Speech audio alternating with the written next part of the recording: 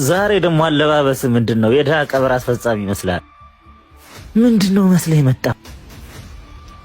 ምን ነው አለባበስ ያልተመቻችሁም እንዴ? እኔ ግን ተመችቶኛል። እኛ የምንወደውን አይነት አለባበስ አይደለም የለበስከው። እስኪ ተመልከተው ራስን ምን እንደመሰልክ። ይቅርታ እንዴ፣ ልብሱ የማን ነው?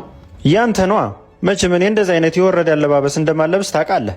የለበሰውን ያስጠላበት ማን ነው? አንተ ነህ ጓደኛዬ። ከአንተ ውጭ አለባበሱ የሚያስጠላበት ሰው አለ? እና እናንተ ምን አገባችሁ? ጓደኞችህ እኮ ነህ። እንዴት እንደዚህ ትናገራለህ አንተ? እና ጓደኞቼ ብትሆንስ? ጓደኞቼ የሆናችሁት እኮ የኔን ፍላጎት እንድታከብሩልኝ ነው እንጂ የኔን ፍላጎት አስተታችሁ የራሳችሁን ሀሳብ እንድጭኑብኝ አይደለም። ይሄ ልጅ ምንድን ነው የሚያወራው? አለባበስህን አልወደድንም ስላለው ነው? ኮተት። ከአንደበትህ ጥሩ ነገር የማይወጣ ከሆነ ዝም በል እሺ። ባፍህ ወደ ሰዎች የምትደፋውን የቤትህን ቆሻሻ ይዘህ አትውጣ። ዙሩን አከራራችሁት። ምንድን ነው? አረጋጉታ። እኔ ለራሴ የማደርገው ነገር ምቾት ካልሰጣችሁ ከእኔ ጋር ለመሆን ትችላላችሁ። ልብስ ሰውነት ከመሸፈን የዘለለ ሌላ ምንም ትርጉም የለውም። ሰን ምንድን ነው? ተረጋጋኝ። በንጹህና በሚያምር ልብስ የተሸፈኑ ብዙ ቆሻሾች አሉ። ባሮጌና በብጣቂ ጨርቅ የተሸፈኑ ወርቆች እንዳሉ ባውቃለሁ። እረ እንደዛ ለማለት ፈልገን እኮ አይደለም። ተረጋጋ። እንዳትነከኝ።